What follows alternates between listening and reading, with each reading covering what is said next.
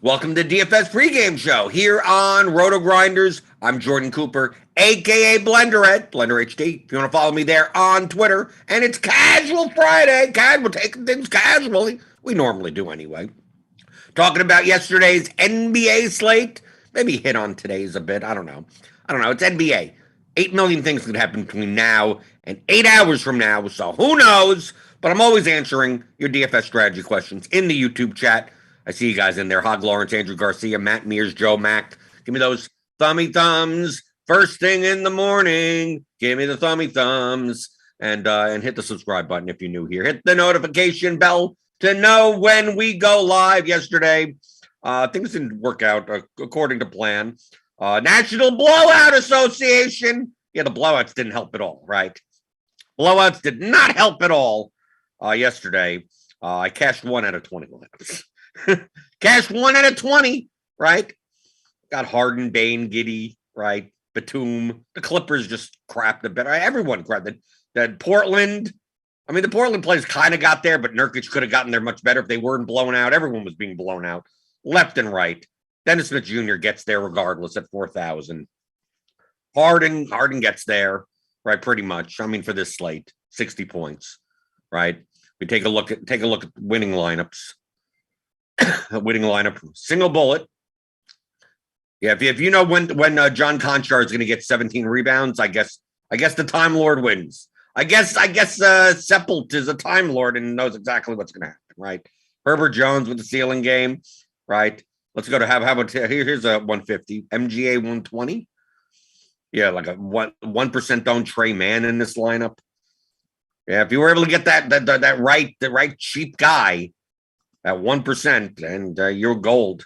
Let's see Hishboo's top lineup, who I study. Yeah, this seems reasonable, right? Jeff Green was announced as a starter when J. Michael Green was ruled out, although he didn't project all that well anyway. You got Harden, you got McLemore, you got Giannis, you got Sharp, who only put up 14 points. SGA, Bruce Brown, Dennis Smith. Okay. Perfectly reasonable lineup, right? Right. And that Raging Phillip actually had exactly the same lineup also.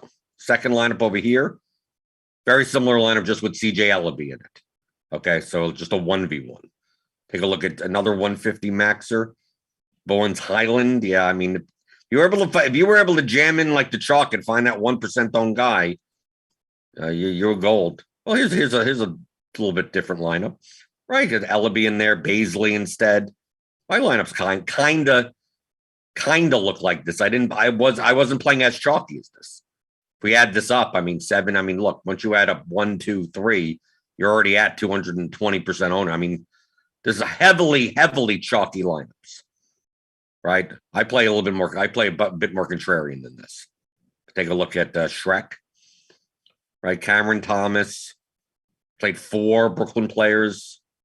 2 Portland. I mean, all these guys were in my pool, right? Cameron Thomas. If you add this up, 17? It's still very extremely chalky lineup. Extremely chalky. RBX top lineup had Campazzo in it, but still extreme. Once you play Sharp, Harden, and Smith together, I mean, you're getting there, right? You're automatically, if you play them all 3 together, you get 210, 213, 220, 21. In total ownership for only 3 spots. You have 5 spots in your lineup ready to go, which you obviously can do. Did I have lineups with all 3? I'm not sure. Did I end up with all 3? Let's see. I mean, they were my top exposed guys other than Sharp. Right? We take a look 1, 2, Harden and Smith. Right? Because I didn't have that much Sharp. Right? Okay, here's one. Here's Harden, Smith, Sharp, right? So this is a very, very chalky lineup. Giddey, Nurkic, Batum, middle. Yeah, there's an extremely chalky lineup. Here's just with one of them in it. Kessler Edwards was a dud. I had less of him. I mean, if we take a look at my actual lineup set, right? I still had 19 of 20 was Harden, 16 of 20 Nurkic, 14 of 20 Dennis Smith. Right? And I look at Day'Ron Sharp, 4. Kessler Edwards, 2. James Johnson won. I had more. If you did, my thing was Blake Griffin. Because why should Blake? Why? In our projections, I mean, obviously, no one could have seen that Paul Millsap was going to come out of practically retirement in order to play, but he did. But I think like we had Sharp at 24 and we had Griffin at 20 minutes. And like one was 71% owned and one was 3% owned for a difference of 4 minutes. That didn't seem logical to me, right? So it's like Blake Griffin ends up fitting in so many more lineups than Day'Ron Sharp, just for the ownership discount. Day'Ron Sharp has, even in 24 minutes, even if the minutes come out that way, Blake Griffin could still outscore him. But of course, we didn't even have Paul Millsap, I think, even in the projections at all. I don't think anyone did. Just came out. Okay, I guess he's playing. Hasn't played in, I don't know. Hasn't played since last month. But that's what happens. Fragile stuff like that. I like taking advantage of the fragile situations. So that net situation was very fragile. And the field was extremely confident in Day'Ron Sharp. So where can I exploit the field's overconfidence in what should be a fragile situation? Kessler Edwards. Who said Duke or Javon Carter, Bruce Brown? I mean, they played 11 guys yesterday. That's what I was taking advantage of. We see across the board, not many people. I mean, if I look, a lot of people. Chipotle had a little bit of Blake Griffin, Nerdy Tenor had a bit, but not many people went there. Not many people did that. Right? Even the Bruce Brown swap, that was kind of a mixed bag. Kessler Edwards was kind of like, I see a lot of people were under and not as much Edwards, not as much Giannis as a pay up option, but heavily into Harden and Smith. I get that. Giddey. Yeah, there was a fair share of Giddey. I was under, I don't think I had any little lineups. It's kind of for the most part, yeah, I mean, mixed bag here. I looked through. I didn't have any Jaren Jackson. I seem to be with consensus there. I just like going through and seeing, I didn't have like Cameron Thomas. I didn't have it all. Just going through. I had a bunch of Amir Coffee. Apparently, I was wrong there. I mean, it was a blowout, so who the hell knows? So what I like doing is like I built my lineups, right? I built my lineups based on the ownership that I projected. Now I want to rebuild just to get a sense of different lineups with the actual ownership. And since I've only gotten back into playing NBA DFS for what, 2 or 3 days, I'm finding myself a little bit rusty on the ownership. I'm being too conservative. The chalk is chalkier. That it's turning out to be. Like I had like Day'Ron Sharp. And my original run is like 44% owned. He ended up being 71. I had Harden at 60. He ended up being 72. I had Dennis Smith right. I had him at 78. So that ended up actually being perfectly on the nose. But I had like a lot of like Kessler Edwards. I had at like 32, and he ended up being 39. I had Giannis at 20 and ended up being 27. I had, let's see, like anyone else, like the chalkier guys are chalky. I mean, that typically is what happens. Even in large field GPPs, that from the ownership projections, still people tend to go and lean heavier on the best salary adjusted value type plays. More so, even though the difference between like in this range and that range is not much. But what happens is that once you start raising all the chalkier plays, a little bit ownership percentages, everyone else has to come down. So like when I have someone like, Desmond Bane at 20%, he's not going to be 20 anymore. He's going to be 16. When I have Kyle Anderson at 12, he's going to be 10. Right? I go down the board. I go, I look at Nickeil Alexander-Walker. It's like I have him at 5. He ends up being 2. And that's like a knock-on effect throughout the entire player pool. So it could dramatically change the types of lineups that you're building. So like, okay, so what I did before the show is I plugged in all the actual ownerships in my pool. Okay. We did that yesterday. I just wanted to save a little bit of time.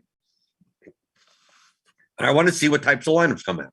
So I'm just going to build 100 lineups with 3 uniques, just to get a little bit of diversity in there. To see if the lineups that come out, and also I'm keeping the ownership cap somewhere around 250. Similar to kind of most of my lineups were under 250. A lot of my lineups were under 200, but the max 250.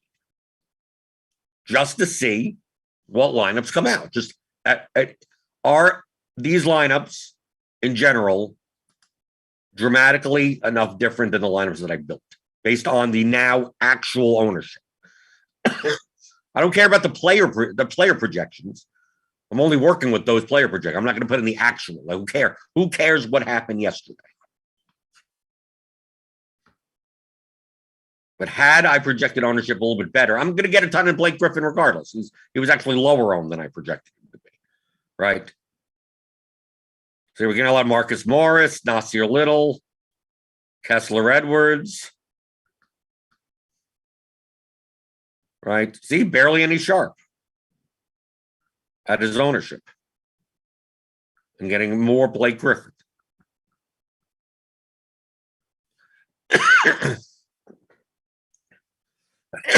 We go through these. Let's start eliminating some. Let's see what we find in general.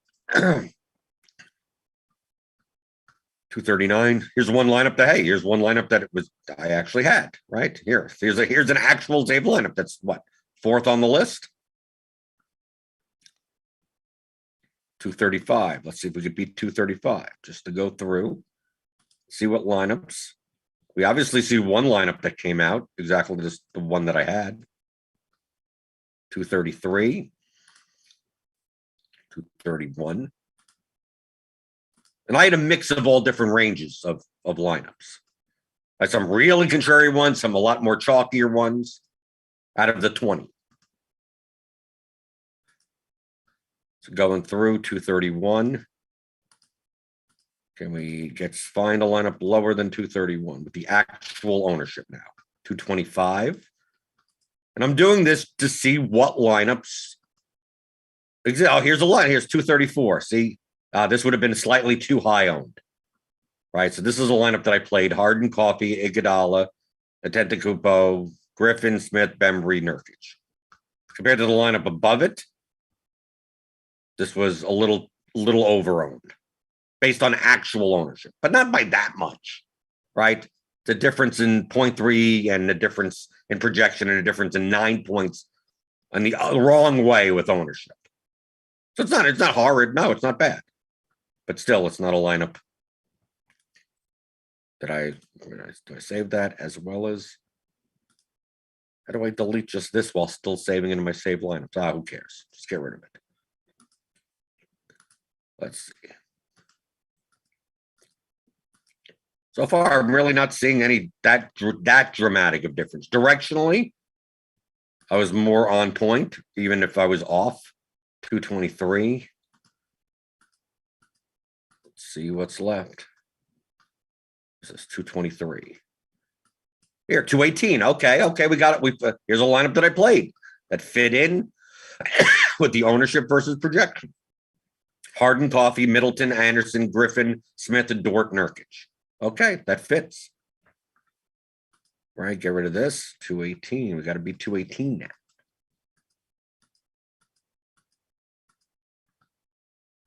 Let's see. Can we find any other lineups? So far, I found two lineups that, even with the ownership at actual, would have made my candidate list at least. Would I have ended up playing it? I don't know. I mean, my candidate list could end up being 60 or 70 lineups, and then I pared that down to 20. So let's see if we could be 218. There's 217. Let's see. Should we be 217? Okay, we got a 205 lineup. Okay. Okay, there we go. What does 205 lineup look like? Okay. So we take a look at these 11 lineups. And it's like, okay, you actually get more Little. I over projected Little's ownership. I think I had Little at 32, and his actual was 21.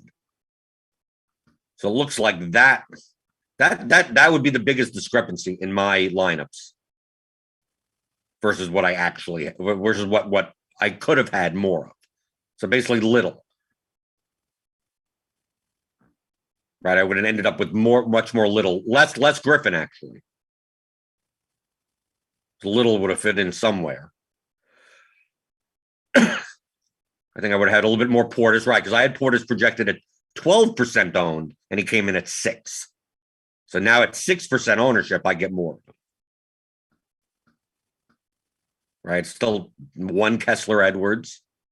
I don't get any Sharp in my player pool. I don't get any Sharp in my lineups. I only get one Amir Coffee lineup out of the 11.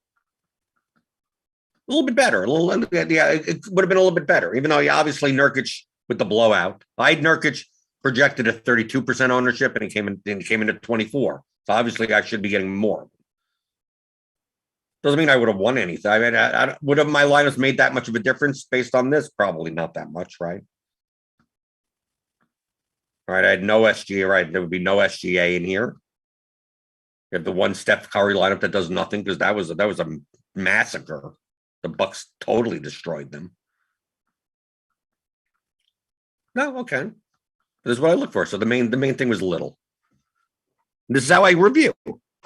So had I been a little bit more accurate, I would have had more Little in lineups. I would have had less Blake Griffin. It wouldn't have mattered. It's not like Sharp did much anyway. So I'm like, okay, that makes sense. I get it. I would have jammed in Harden and Smith into most lineups. Right. Okay. That is what I did. This is a review. This should really be how you review slates in NBA. Do something like this. Take a look at across the board. Players that you respect, 150 maxers. Well, it depends on the contest that you're in. And go through. Did they make lineups similar to how I made lineups? I take a look at like someone like Brick 75, for instance. Right? I take a look at what their lineups look like. Like it's still all players that I had in my pool, right? I just didn't have much of Sharp and Edwards. It's still Giannis, Anderson. One SGA lineup. Right. I go through. It's like, okay. Take a look at the combined. Obviously, much chalkier line. When you're playing Smith, Sharp, and Harden together, they're going to be much sharper, much chalkier lineups. But are there ones that don't have all three together? Dennis Smith, Sharp with no Harden. Right, because Middleton's in here. Jaren Jackson's in here. But he had a lot of much chalkier lineups than I had. All right, 7. Once I see Sharp, Harden, and Smith together, most likely going to be a much chalkier lineup than the ones that I was building primarily.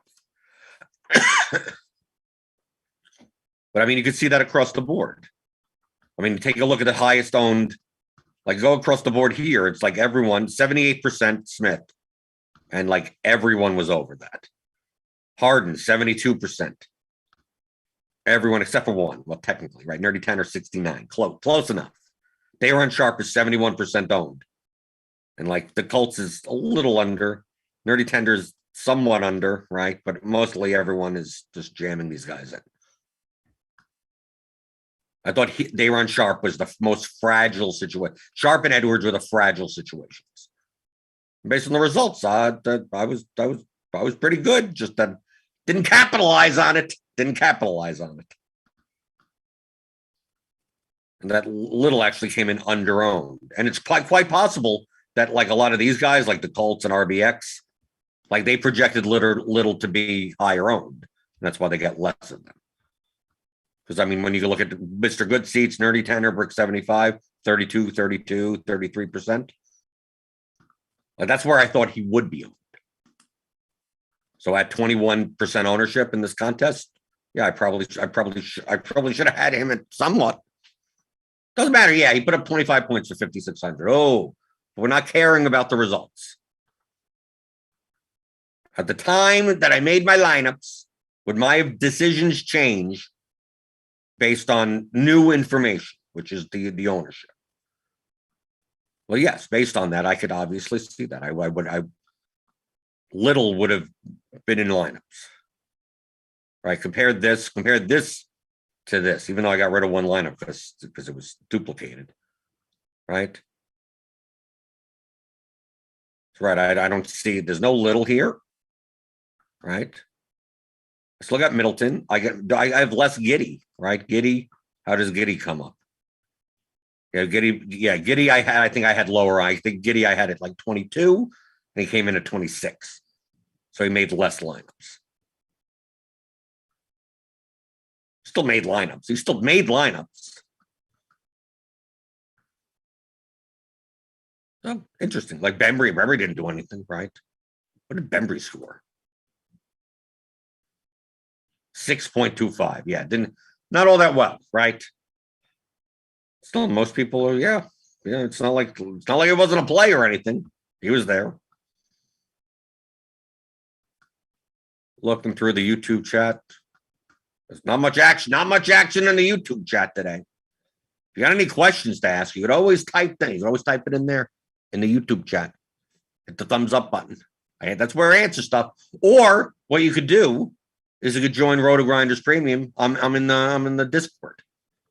And there's a special channel just for me. It's called Blender's Game Theory. You could ask me any question that you would ask me during the YouTube chat here. You could ask me anytime there. So it's like you don't have to wait. You don't have to wait for the morning. Or some people can't make it. Some people don't listen on the podcast feed. They're never watching live or whatever at 11 o'clock in the morning. So go in there, rotogrinders.com/Discord if you're a premium member. And I also do group coaching calls on Zoom. It's like private coaching in a group set. And you can just ask me whatever you want. We go over your results. We screen share. We go whatever the hell you want to do. The next coaching session is Sunday at 2 p.m. Eastern. So if you sign up to RotoGrinders and you join that channel, you'll see the pinned message there. A little form to fill out that you want to participate. You want to talk. You fill it out, and Sunday at 2, I just go through. Hey, it's whoever's first on the list. Hey, what's your problem? Let's go. Let's talk it out. Live on Zoom, face to face. So do that. rotogrinders.com/Discord or rotogrinders.com/premium. Click on the link in the description to get $10 off your first month. Joe Max says, will there be a show with the Advanced Sports Analytics show? No, that's only for the regular season. So no, there will not be an NFL Advanced Sports Analytics show for the playoffs. So that's done until next year, probably. Assuming it comes back. I don't know. I'm not in charge of that stuff. Masher, if you trust your projections and want unique lineups, can you set your min seller at 0 in the build rules? Yeah, I guess you can. I don't particularly. Typically in basketball, you typically want to spend most of your salary because the salaries are much more correlated to production. Like in a sport like baseball, it isn't as important. Baseball, you could leave 6,000 on the table and be fine because a cheap team hits 18 runs in a game. Some expensive pitcher gets blown up, and then lineups with that only spend 42,000 could win because it's much more variant, event-driven game. NBA not so much, but most of the time, no matter what my minimum is, if I put it at 49,000 or 49.5 or 48,000, I'm going to get pretty much the same lineups regardless. It's only when you start getting up to the top. If you force in 50,000 and you go 49.9 or something like that, then you may start losing lineups that actually project better but spend less salary. So a 49.6 lineup that projects better than a 49.9 lineup. But if you set your minimum at 49.7, you never could see that lineup. But typically below 40, you're typically not going to find, unless it's on a slate with immense amounts of value in multiple spots, I mean, more so than last night. That you're probably not going to see many lineups that leave more than $1,000 on the table. So that's why, like you could see in my set, typically 49,000 I put as the floor. I usually don't have to pay attention to it. The only time I have to pay attention is for late swaps. A more expensive guy is out, and next thing you know, the only way to swap out, you got 2 games to choose from. You already have Jokic in there for 12,000, and he's out. It's like, well, it's not going to be able to spend 49,000 anymore. So you better lower that minimum salary floor. That lineup builder won't be able to build lineups. Chad asks, is Cody Martin worth it tonight? I don't know. Is he worth it tonight? I don't know what that's supposed to mean. Is he worth it? Does he project well? I don't even see him. Cody Martin? Probably not. As of right now, he projects 27 minutes and 21.37 fantasy points as a median. There's a 21% chance of exceeding salary adjusted value. Will that happen tonight? No clue. Nor do I care. Andrew Garcia, small slate for MMA tomorrow. Are you leaving more salary on the table? Yeah. I haven't even looked at the MMA slate. I mean, I looked to build a dummy lineup. Because I knew that they had to add people, right? Because this fight got canceled. That fight got moved. 2 people. Kelleher has Kroom now as an opponent. TJ Brown is going to be a ridiculous chalk. I wanted to play TJ Brown as an underdog. But no, now against Rosa, they have a fight that the favorite, the minus 250 favorite or whatever is 7,100. And the dog in that is 6,800. Are there 10 fights, 11 fights? But yeah, leaving money on the leaving a ton of money on the table. Because we probably have two underdogs that would 2 underdog salary fighters in Kelleher and Brown. That if this slate got priced as it was now, TJ Brown would be like 9,200 and Kelleher would be 9,000. Like something like that. So if, let's say, Brown and Kelleher both like destroy, and then 2 other underdogs do well also, you may lineups that leave 2,000 on the table would be the nuts. And especially on a slate that's much smaller anyway, right? We got 10, maybe 11 fights. I don't know. I hopefully not 9. 9 is the worst. 10 is bad. 11 is right. 11 is like right at the line of playability, of optimal playability. I prefer 15. I mean, I want as many fights as possible to make more unique lineups. But yeah, but leaving a ton of money on the table, or at least some money, at least something. I mean, I'll have to see what lineups I spit out. I mean, kind of my spreadsheet kind of takes care of that automatically for me a bit. But I'll run my lineups and I'll see, what where my salary ranges ended up. And if I'm getting too many in like the 49.5 plus range, I may just eliminate them. If I look and I see that the dupe factor is probably going to be too high. But yes. And I think also playing the leverage against playing Kroom or Rosa is even more valuable tomorrow. If TJ Brown's going to be like 80% owned or something. Like I said, I haven't really looked at the slate. Maybe I'm off. But if he's going to, then it's not like TJ Brown has let us down plenty of times. And Charles Rosa at 6,800, even with 80 points, could be in the optimal lineup. He's that cheap. Same thing for Kroom. And you know that the opposing fighter is mega owned. So maybe it's the type, maybe you play more lineups that don't have both of them together. One or the other. Highly contrarian lineup would be playing Rosa and Kroom in the same lineup and fade them both. Or fade the fights completely. But that's your mindset. That's how you should be thinking about it.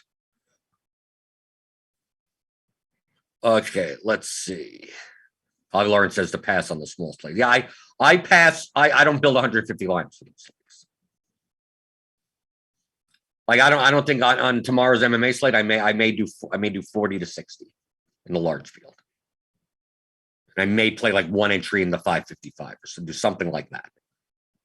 playing 150 lineups when the duplication factor may go up, tenfold is just a recipe for just losing money. You come in first place, you have a lineup that's even, duped 27 ways, and you barely make any money. Grant Brown says, how do you get a feel for the dupe factor in MMA? Ownership product or just feel?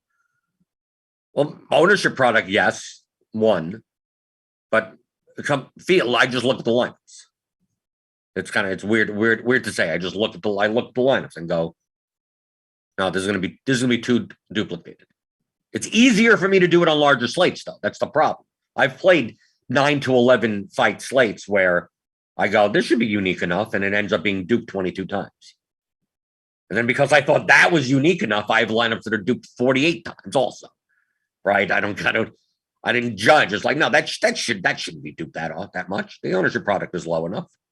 Nope, it isn't. On a 15 fight card, it's even much easier for me. I can just distinctly just look at the lineup and go, that's under 5, that's under 5, that's under 5. That's a little chalky, maybe under 10. And then I look at one and go, that may be unique completely. Right? See, like two single-digit owned guys, that leaves 48-7, it's 48-7. And then it doesn't have the chalkiest fate, it doesn't have the main event fight in it. And you go, okay, there's a unique. Right? And just go down the list. I'm basically, when I go through my lineups like that, I'm looking for the obvious ones. Where I look at it and go, that's way too chalky. I'm looking at a lineup that's 49-9 and leverage-wise, it makes sense. Like leverage, it's typically their lineups towards the bottom of my set. And leverage-wise, yeah, it makes sense from a leverage perspective, but maybe duplicated 30, 40 times. So I just get rid of it.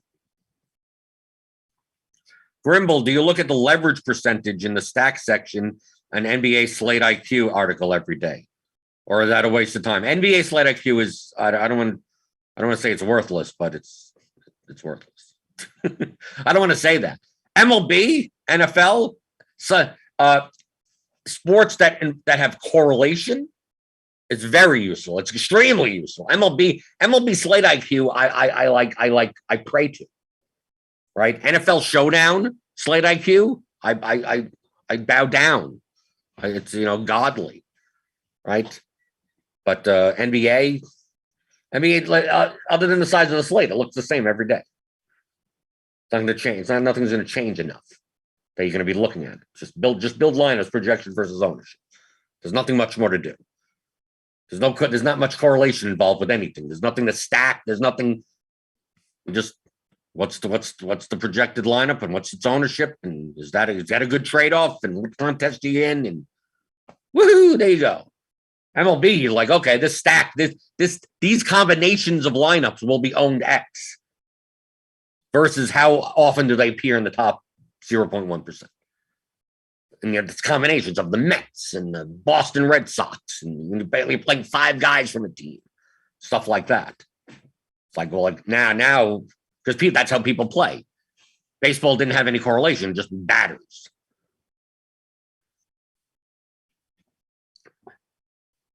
Aaron Reynolds, do you factor in specific player leverage, such as if a high-owned player were to fail, his teammates do well? I feel like the optimizer would rarely give you those lineups without manual tweaking. Well, the projections are the projections.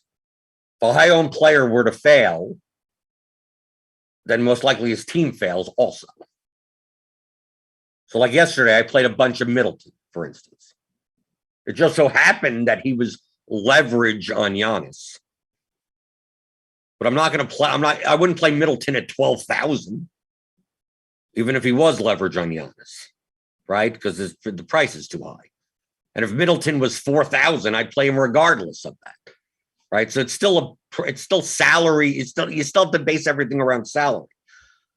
So I don't mind. Like, well, what happens if Dennis Smith Jr. fails at 4,000 yesterday? Well, most likely the Blazers fail. Who are you going to play? Oh, I'm going to play CJ Ellaby instead. Well, CJ Ellaby and Dennis Smith Jr. could both still get there. They're both cheap enough. So that's what you have to think about it, salary-wise. Typically, players are chalky for a reason. Like, if Harden doesn't do well, who does well instead? No, probably no one. Look at who the Nets were playing. If Harden's a snowflake, that means that Brooklyn was blown out. So it's more likely that in that case, I'd rather have no one from the game than have someone that benefits from that. The only time you split players is when their salaries are so expensive for their ceilings. But it typically means they both don't project that well to begin with. So you're unlikely to get them together in lineups anyway. So like if we look on yesterday's slate,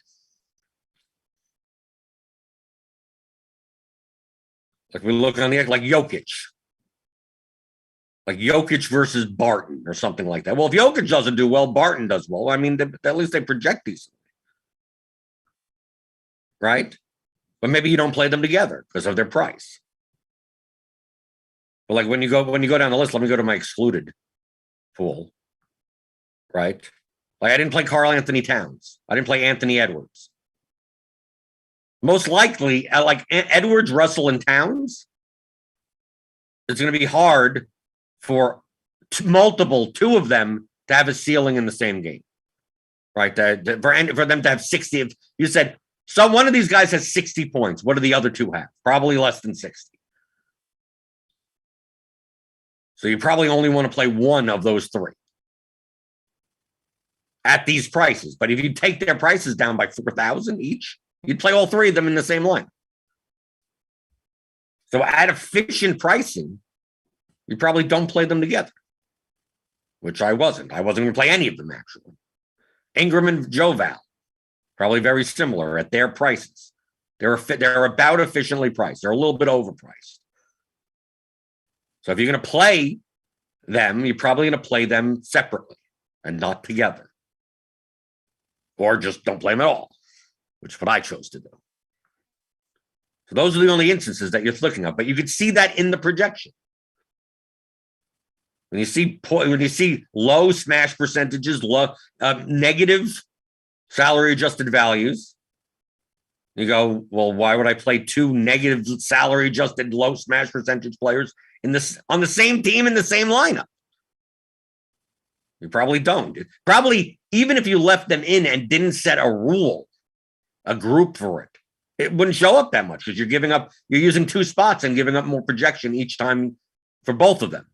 You're not going to get much of the Ingram and Valanciunas if you ran loans. If I just added them to the player pool right now and built 100 lineups like I did before, I may get zero of them. Right? Let alone have them both together. All right, let's try that out. Let's say I put Ingram and Valanciunas in the pool. Okay? And just put them in, right? Or whatever the ownership it was projected to, whatever it is. And I'm going to build 100 lineups. I don't see myself. How much am I going to get of either of them? Let alone have them both together. Even without I didn't even set a group or anything. So let's see. Maybe I put my foot in my mouth. Maybe we actually do see a bunch of that. I doubt it. Because you wouldn't spend up there. You still have Harden. You still have other people to spend up for. Okay. So we ran 100 lineups like we did before. Let's see.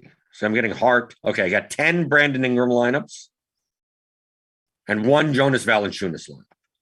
Let's see. And Jonas Valanciunas is not with Brandon Ingram. And you're only getting Ingram because he fills a small forward spot. Yeah, obviously. Which is a weaker position, right?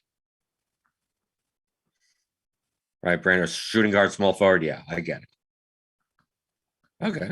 I mean, he fills, you don't get much of him out of 100. You definitely don't get Valanciunas and Ingram together. And let's do that. Let's do the other thing. Let me add Towns, Edwards, and Russell together. We'd run the same type of lineups. Okay. I don't know how much of these guys do we even get, let alone together. Let's see.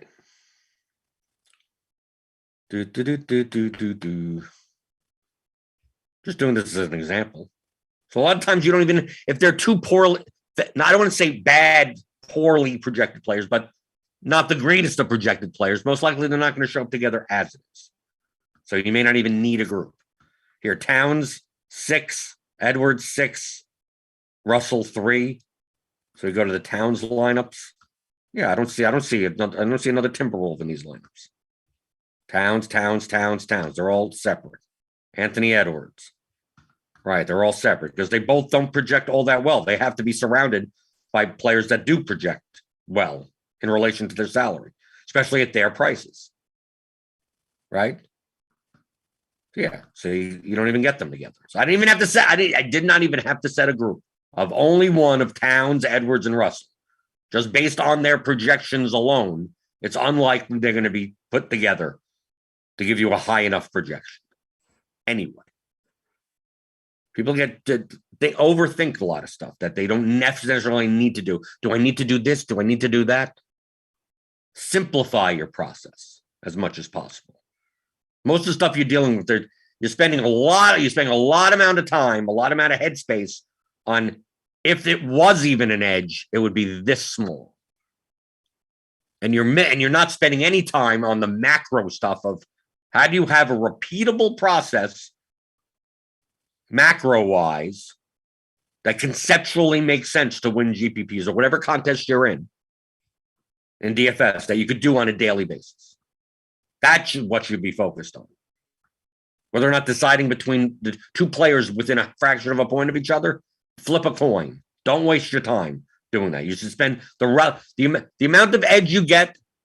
It should be proportional to the amount of time that you spend. So like 50-50 decisions, you know how much time you should spend? 0. If it's truly a 50-50 decision, flip a coin and move on. Right? But if the edge in large field GPPs, you have a 20-30% edge over lifetime, ROI-wise, you should be spending most of your time on whatever you do to do that every day so you bink once or twice a year. And that's it. And just do it every day. You can lose 90% of the time, yes. And that's why you review the slates and go, what decisions, what lineups were made beforehand that now that I have this information would have been any different. So my lesson from yesterday was Nasir Little was not over-owned. He was actually under-owned. But other than that, my lineups weren't that dramatically different. Well, like there's no way I would have won first place or anything.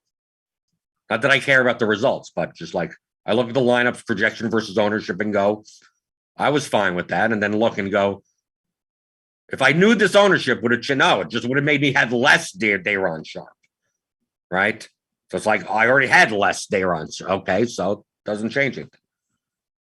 I would have had more Nurkic, right? Nurkic, I had at 32% ownership. He came in at 24 because so many more people were playing Sharp than I had projected in the center spot. So I look at my lineups that had to, when I look at my lineups and I go, wow, I had 15 out of 20 Nurkic lineups. I go, well, had I known he was even less owned, I would have had like 18 or 20, right? So it's like I was in the right direction. I was directionally accurate. That's all I'm looking to do. Anything else before we get out of here? Masher, why might someone be successful with small slate NBA, 2 to 4 teams, and less successful with larger slate NBA? Depends on if you proper lineup construction. It's much easier. It is a weird thing to say. It's much easier to get different on small slates than it is on large slates. And that may sound counterintuitive. Okay? Because you think, a large slate, 9-game slate tonight. So many more options. So many more ways to get different. It's like, but that's not how you win. You don't win tournaments by having more ways to get different. It's more options to get different. You win tournaments by getting the most different. And the distinction between the two. Let's say on a 3-game slate. Let's take a 3-game slate versus a 9-game slate. On a 9-game slate, it's like you could play like Steph Curry or Giannis. There's 5 pay-up options. There's tons of good projected value players. And it's like, wow, I have a lot more ways to, and then I could get different with like there's 18 teams on the slate. I could play some $5,400 shooting guard. You know, you play someone, and then there's tons of options to play. On a 3-game slate, there aren't that many options, right? So it makes it easier for you to decide how to get different. Some people are better that way.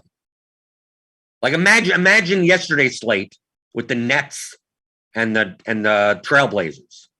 Let's take off like the Minnesota-Memphis game or something. Let's take off 2 of the games and make it a 3-game slate. You know how easy it is for me to play Blake Griffin instead of Day'Ron Sharpe? On a 3-game slate, Sharpe would have been 80% owned, and Griffin would have been 5% owned. And Griffin puts up 32 points, and Day'Ron Sharpe puts up 10. That one player, and then jamming in the 7 highest projected players may win you the GPP. Because you know exactly, you only have 3 games. So it's very easy to go, where can I be different? It's easier. Some people find it easier. I mean, I could do it either way.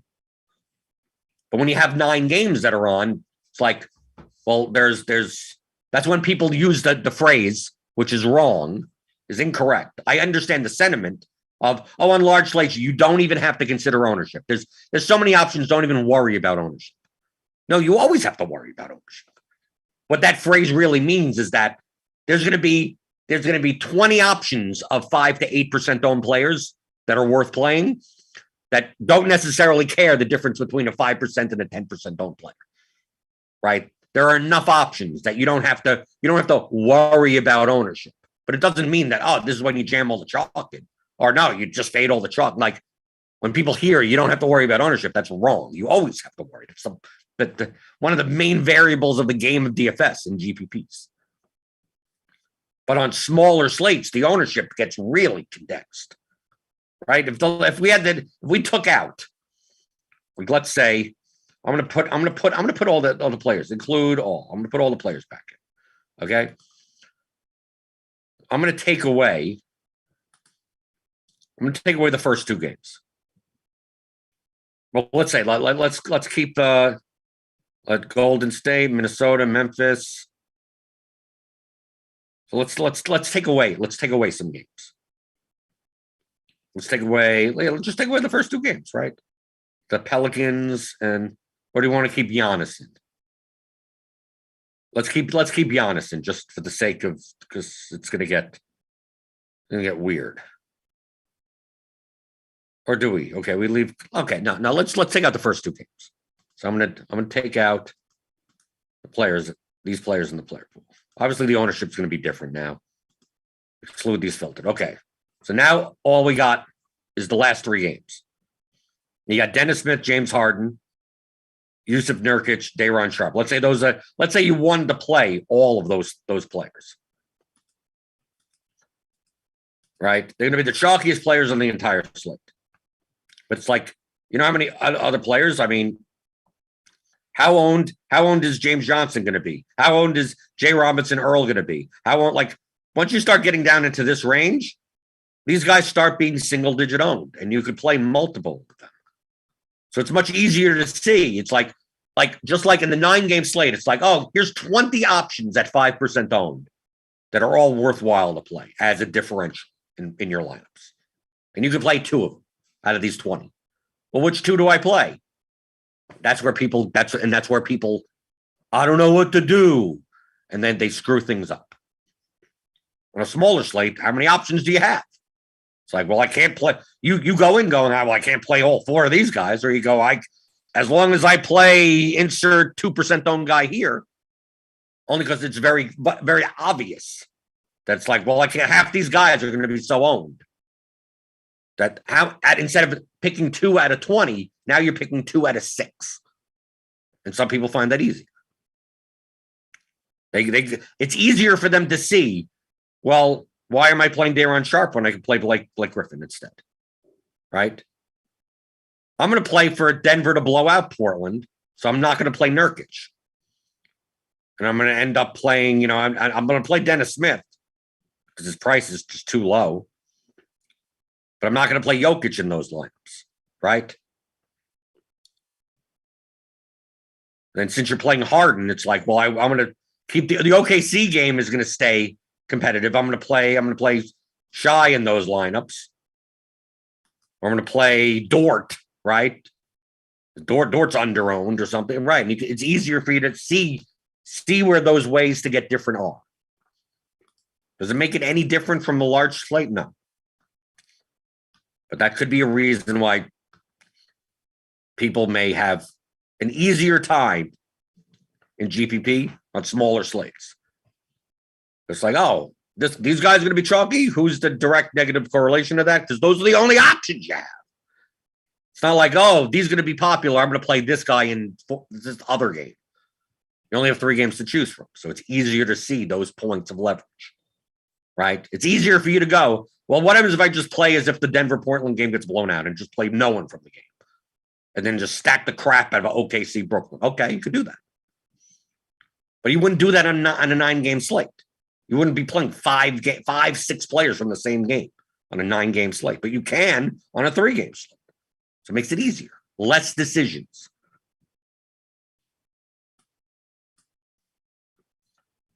Okay. Anything else before we get out of here? I don't even know what's going on in tonight's slate. What's happening? We don't, as of right now, we don't have ridiculous values, right? We don't have, I'm saying Christian Wood, Cole Anthony, Steph Curry against Chicago. Nothing that stands out. I mean, like, none of these guys are cheap. Jordan Poole, no, I mean, that's barely anything there. But you know what's going to happen between now and 7 o'clock Eastern? It's going to be, you know, this guy's in, this guy's out, that guy's hurt, this guy died. Who knows? Who knows what's going to happen? But that's why you turn into Grinders Live. Turn into Grinders Live at 5 o'clock, around there on this channel. That's why you subscribe. You hit the notification bell. Then crunch time for premium members. And if you're interested in all the stuff that they say on the show, like all the concepts, projection versus ownership, that type of stuff is in the Theory of Daily Fantasy Sports. How to think like a professional DFS player. It's a 15-hour audio masterclass. It's like going to a seminar. You could go back and watch all of these DFS pregame shows I've done for, it's been 2 years worth of shows. 500 hours or so. I don't know, probably more than that. And you'll get the whole thing, right? But if you wanted it in one little package, all structured for you to listen to again and again, to have the concepts cement in your brain, go to theoryofdfs.com and pick it up. All right, we got all these chapters, all the audio, all the everything there for you. And we'll see what's going on with the basketball slate tonight.